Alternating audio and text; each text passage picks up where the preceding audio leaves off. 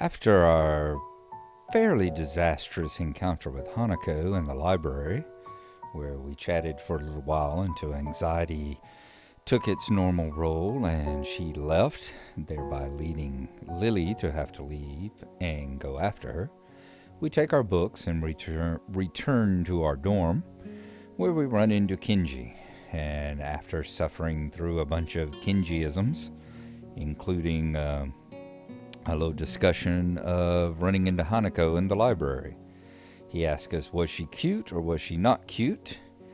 And we finally managed to escape from his presence and go into our room and get some reading and studying done. The next day, we attend class, and we notice that Hanako comes walking in and sits down in the class long after it has started. She seems to be as equally allowed to come into class late as she is to get up and to leave class early, without the teachers or students really noticing her coming and going. Muto has the class split up into groups in order to work on our assignment, and we get shanghaied by Shizune and Misha. While I'm looking over my shoulder to see Hanako sitting back in the back of the room, pretty much working on her own, I mentioned to the two of them whether or not Hanako might like to join us, or whether she ever joins anybody. At which point, we learn a little bit about the political dynamics going on in the school, as Misha says that would not be a good idea. And as we're trying to puzzle that out, Shizune signs to her something about the friend of my enemy is my enemy. We can only assume that she means Lily, and that therefore Hanako is not welcome in our group because of Shizune's feelings toward Lily. Eventually the discussion becomes a bit uncomfortable, and we all agree that we need to buckle down and to get our work done so that we can finish the assignment. We finish with time to spare, and I decide to ask if there are any alternatives to the cafeteria, as frankly the food so far has been subpar. This sends Shizune and Misha arguing among themselves about their favorite restaurants. All of them are downtown, so I don't think we have the time to go all the way there. And what about the bill? Are they arguing just for the fun of it? Maybe. They seem so distracted by it they don't even notice the start of the actual lunch break. I look over my shoulder toward the back of the classroom. She seems to be studying her notes from the previous class. It's an odd sight. Everyone else in the class is busying themselves with the lunch break. Socializing, gossiping, rearranging desks. The ones with actual boxed lunches mixed in and chattering like everyone else, only interrupted by short bouts of eating. But when I watch Hanako, it feels like I'm the only one who can see her. Almost as if she were invisible, sort of hiding in plain sight. Is she being bullied? Is she isolating herself from the rest of the class on her own accord? I see her look over her shoulder toward the classroom's rear door. Come to think of it, she hasn't turned a page since I've started watching her. I guess she's waiting for someone. What to do?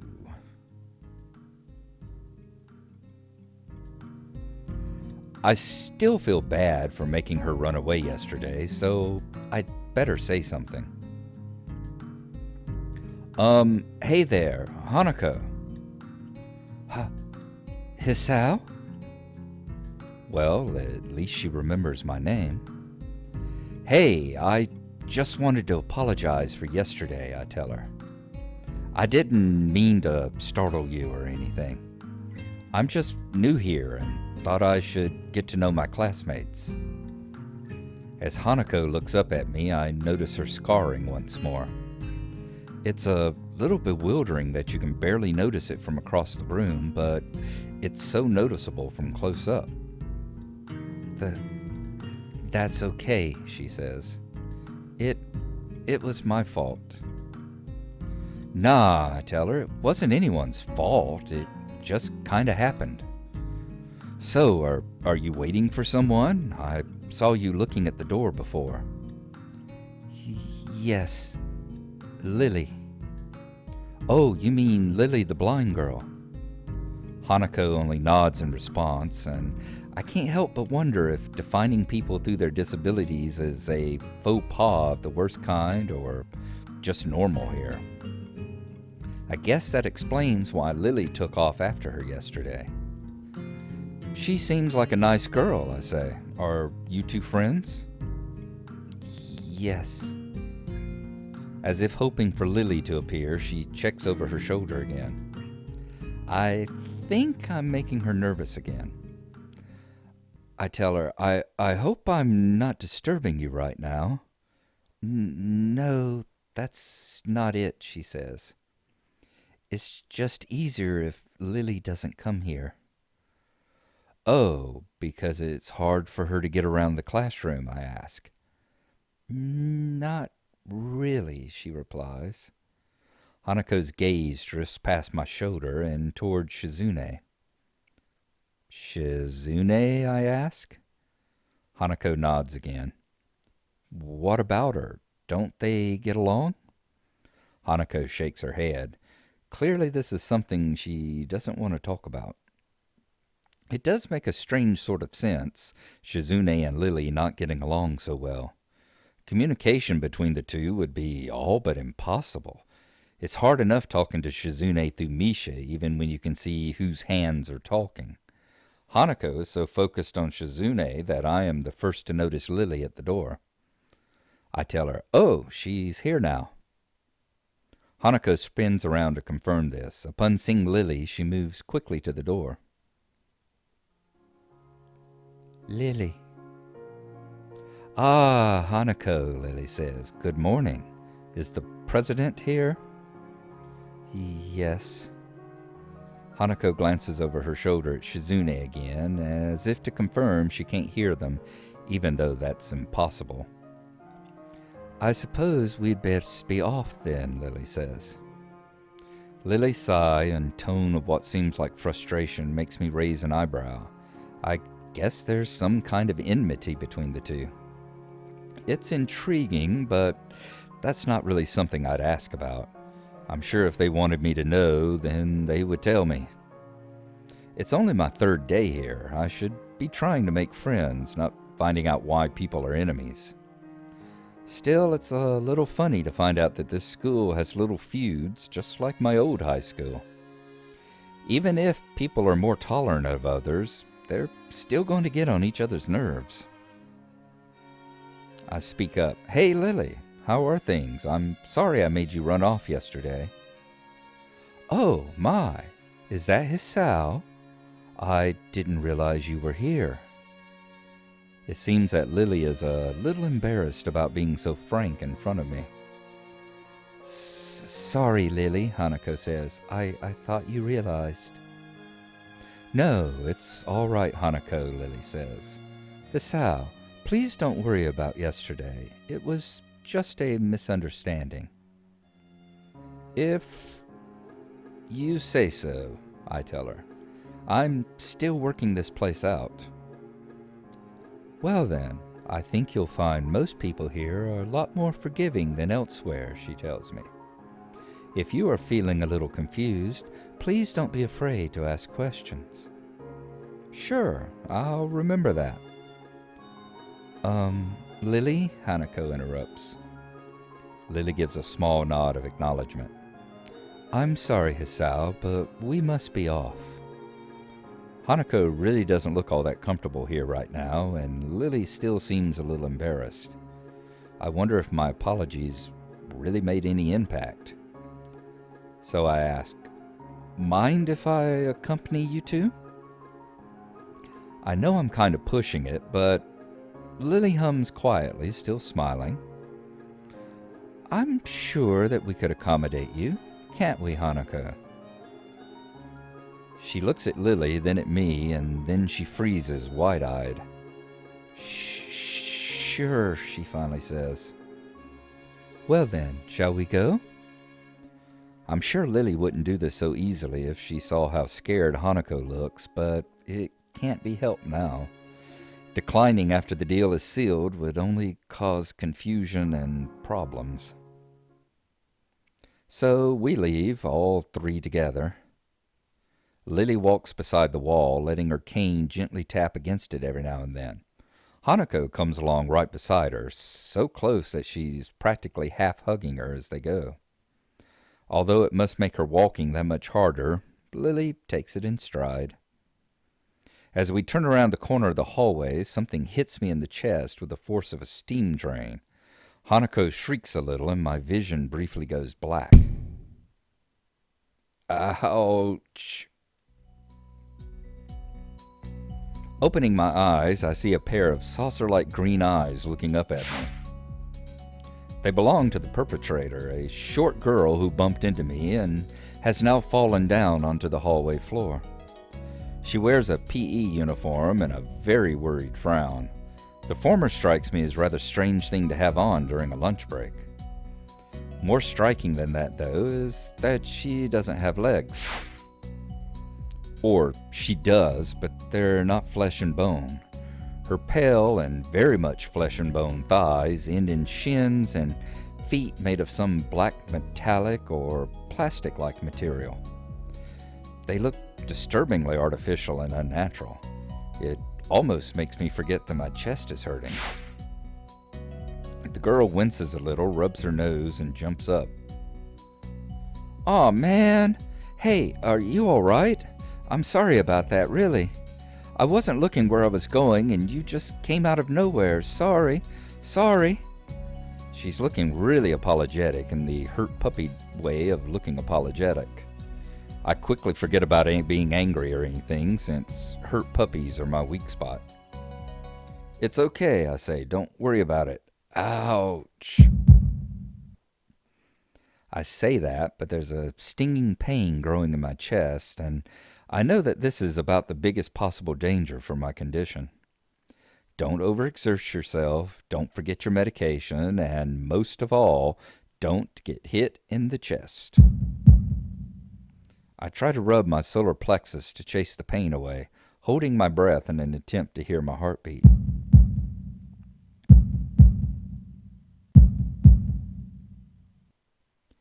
It seems normal.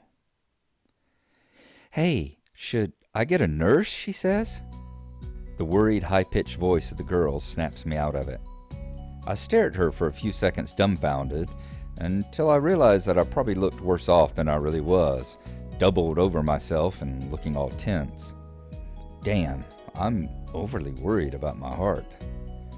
No need, I'm fine, I say. Imagining to say something in response, I pull myself upright, feeling my sore ribs one last time, and take a deep breath. She just knocked the wind out of me, big time, but it's nothing more than that. "You sure you're okay? I hit you pretty hard," she says. "It's okay. I said I was fine and nothing's broken. No harm done," I tell her. "That's good. I was..." "Hisao, what happened?" Lily says. She's not quite up to speed for obvious reasons, but she sounds very worried. More than what the situation deserves, really. "Someone just bumped into me, nothing serious, just winded," I tell her. Sorry, it's my fault. I was just going to get some stuff and I was in kind of a hurry." "That someone here is Emi, isn't it?" Lily says. The little girl coughs quietly and shuffles her plastic or metallic feet, looking down at them before saying anything. "Hi, Lily. Hanako." I guess the girls know each other. "Do please try to be more careful," Lily says. "You might be sturdy enough to endure these sorts of accidents, but there are people who aren't."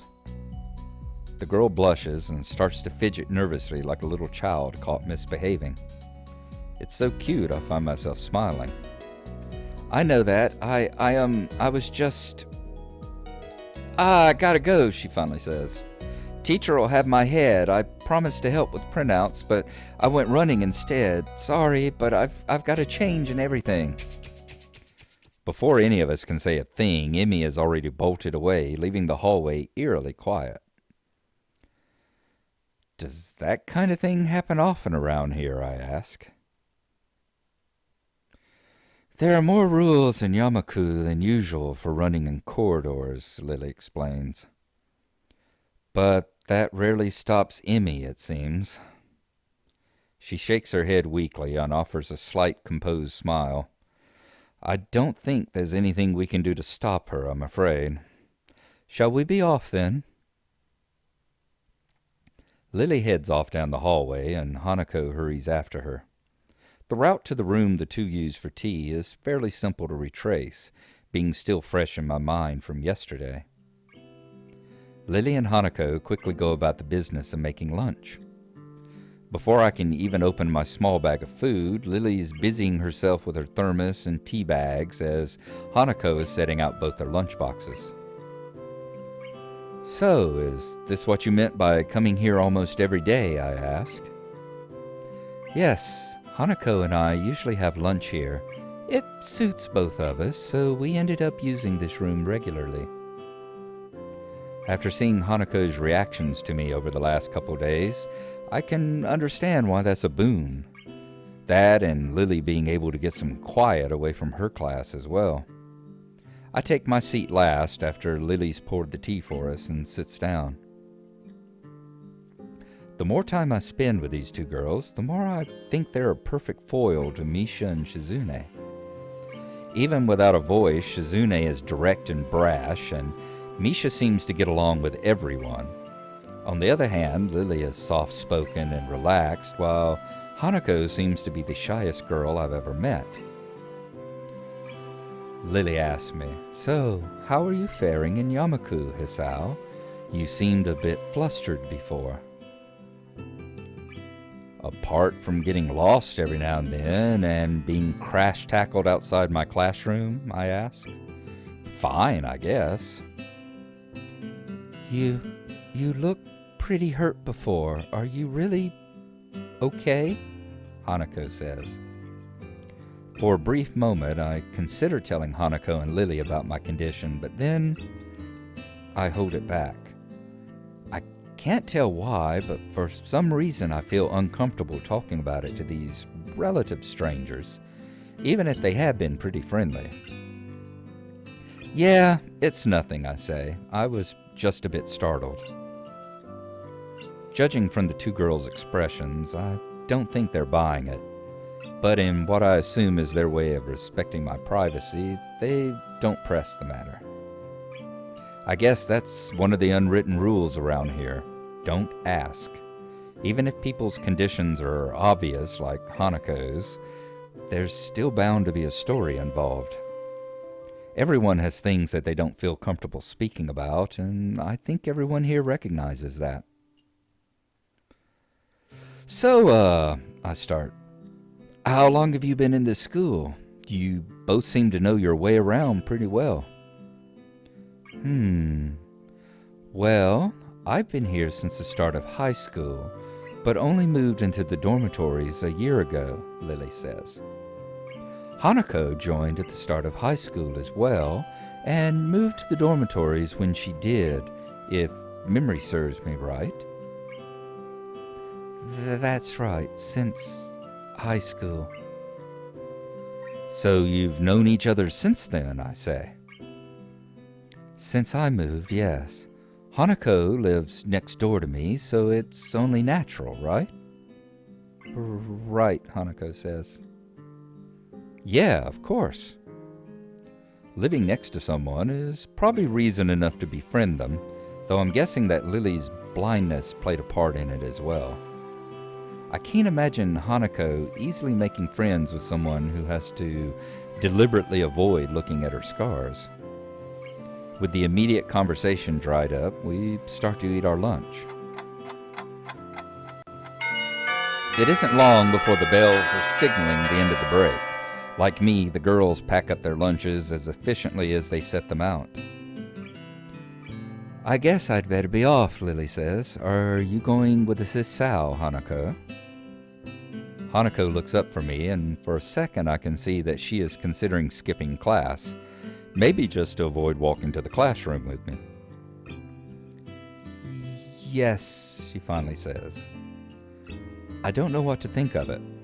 Hanako really is delicate to the point of breaking if looked at the wrong way.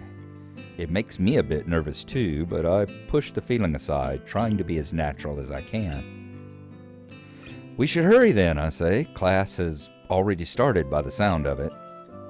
Lily gives a nod of farewell as she bends down to take her cane, Hanako and I filing out before her. We walk quickly down the empty halls to our respective classes.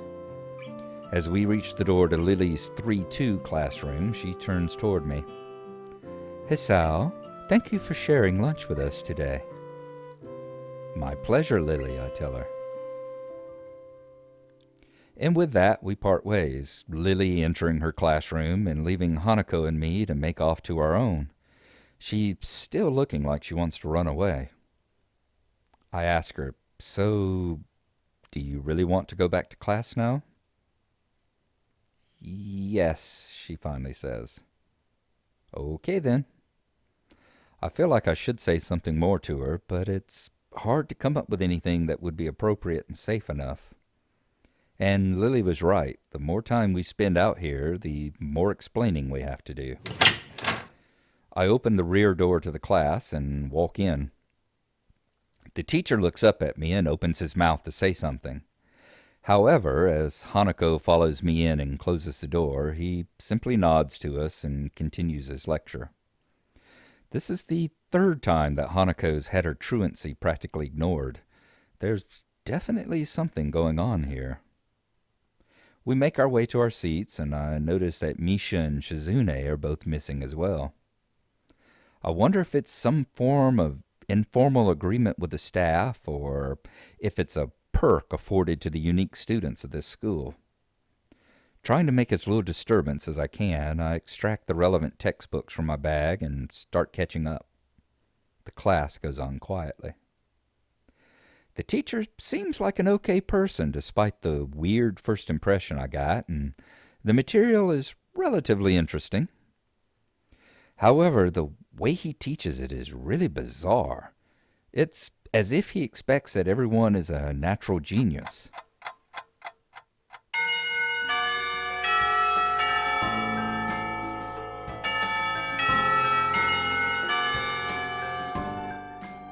When the final bell sounds, I realize there's still a lot of time left in the day, and I'm wondering what to do.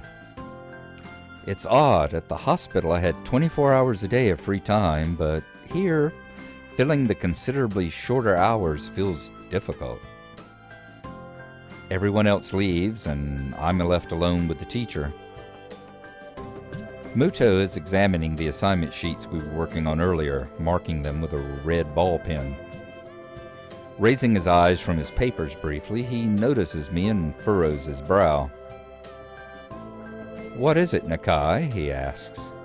I jump at him addressing me, but I guess it's natural to spark some conversation since there's nobody else around. Nothing, I say, thinking about what I'd do after school. The teacher slowly puts the cap on the pen he's holding and arranges his papers into a stack, clacking against the desk twice.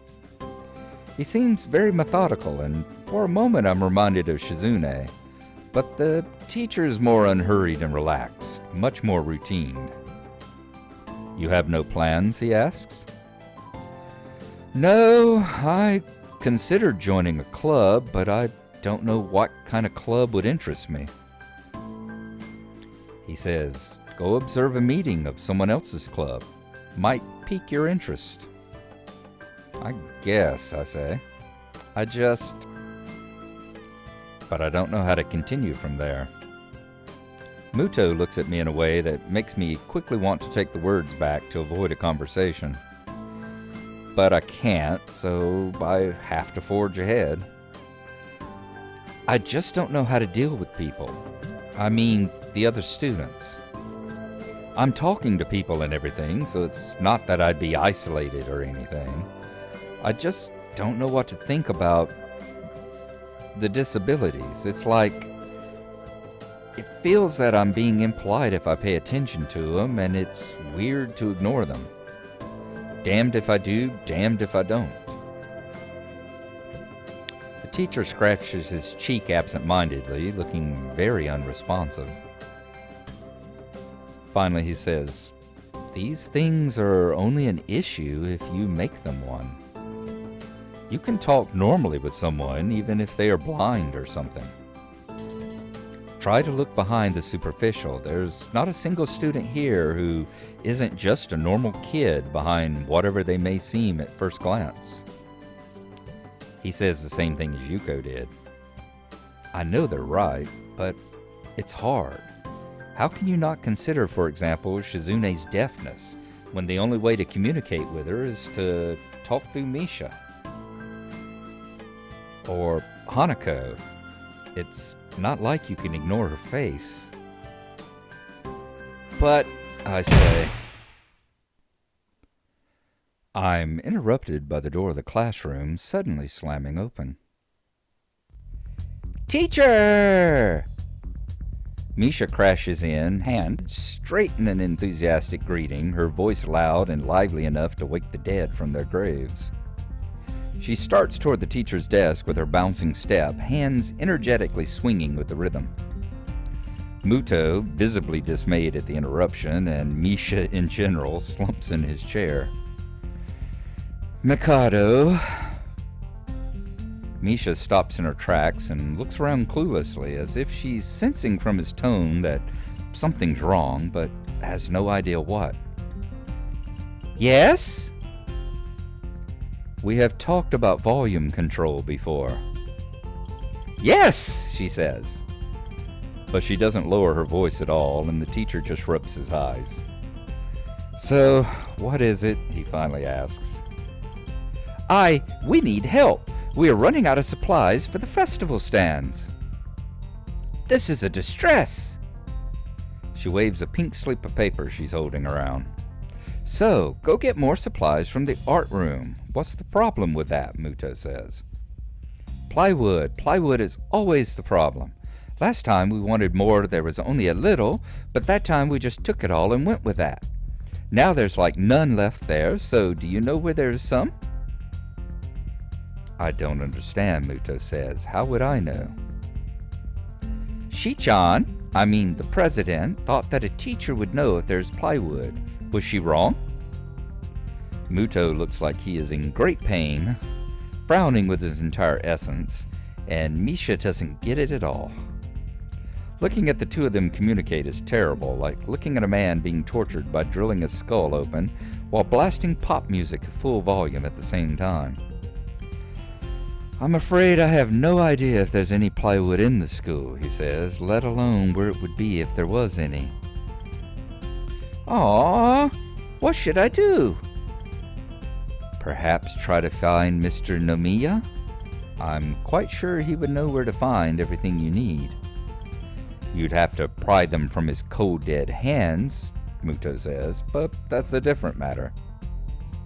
I don't have time. We are so busy." She holds her head with both her hands, looking as despairing as it's possible for a person like her. Without even noticing, she crumples the note she's holding against her hair. "I shouldn't even be fetching these things. There's so much to do, and we're falling behind the schedule." Muto looks at her gravely and then suddenly smiles.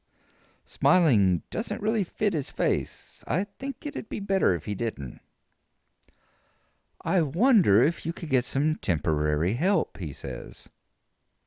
He switches to staring at me focusedly with a hard expression, as if trying to say, "Go make some friends." I guess I can give you a hand," I say. "You can? Thanks, Hee-chan. You are really nice." She pauses, does a double take, and then points at me with her finger, yelping, "Ah!" and looking very puzzled. "Come to think of it, what's Hee-chan doing here? Class is over. You should be having fun." "We just had a little chat," Muto says. "Oh no, it's not detention, is it? Are you in trouble, Hee-chan?" "No, I'm not," I say. "Is Hee-chan in trouble, teacher?" "No, he's not," Muto says. Muto sighs deeply, and I feel that I have to help Misha to get her off the teacher's back. So, what do you need? I ask. Here's a list. I can try and find the plywood from somewhere if there's none in the art room. She offers me the note she's holding. I take it, hesitating a bit. I've said I'd help you, I tell her, but this has no implications on whether I'm joining the council or not. Aww, she says. Still, thanks, Hee-chan. Try to be quick. We are in stall building streak now. We must hurry, hurry, hurry. She bounces out of the classroom, leaving me and the teacher looking at each other with something that feels like silent agreement. Well, there you have it, Nakai. You have something to do now, he says. Please don't sound so smug. Looking at the list with a number of items ranging from paint to plywood, all written with small, neat handwriting that is undoubtedly Shizune's, I heave a sigh. I'll be going then. Waving the long list limply at the teacher, I exit to the hallway.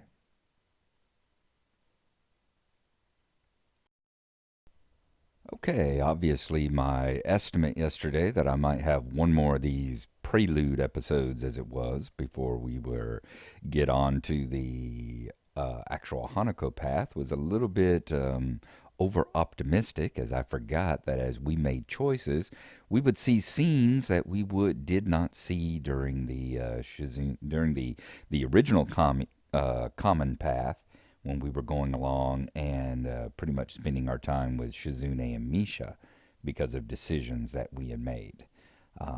We return to the dorm room where we have this decision here that we had before. When we tell Kinji about our encounter with Hanako in the library, he asks us whether she was cute or not. And if we say cute, it gives us a point with the Hanako and Lilly path. If we say she wasn't cute, it actually gives us no points whatsoever with anybody. This leads us kind of into our next decision, which is what to do when the lunch bell rings. In this case, we did the go talk to Hanako, which gives us a point with the Hanako and Lilly path, and whenever Lilly comes into the room, gives us the option, well, not the option, but allows us to go and have lunch in the tea room with the two of them. If we decided to read my book, we would just stay here in the classroom, and we would end up not getting points with anybody. And one of the things that we were doing earlier, you notice we haven't been choosing the more Shizune oriented options this time around. Like, we didn't introduce ourselves at the beginning of the class, so we didn't get a point with Shizune there, and we didn't attack aggressively during the risk game, so we didn't get a point with Shizune there. So you'll notice we don't even have the go with Shizune and Misha option. During the previous playthrough, which you find over there in the Emi Path, remember at this point we had the three choices, which was talk to Shizune and Misha about restaurants. And we go over there and we talk to them, and that's when they take us. We go down to the Shanghai. We sit down at the Shanghai, and they talk to us, about the student council and try to convince us to join it, and then basically blow off the rest of the day with us as we just wander around the town, taking kind of a tour of the town with them off camera. And then when we return to the school, we come back to the school, and the two of them then talk us into going to the art room and gathering up a list of supplies for them, rather than Misha coming in and bursting back into the classroom as she did here. So once again, that is why they still call this the common path. We haven't chose to go down any of the arcs yet. We still have the ability to go into any of the different girls' romance pathways, and the various plot functions, the various scenes are going to play out as we go along, like the introductions. Like next we will go to the art room, and that's where we'll meet Rin. It's still going to happen no matter which one of these choices you choose, but of course it's going to be, your choices are going to decide, do you go and get the cutscenes with Misha or Shizune? Do you get the cutscenes with Hanako and Lilly?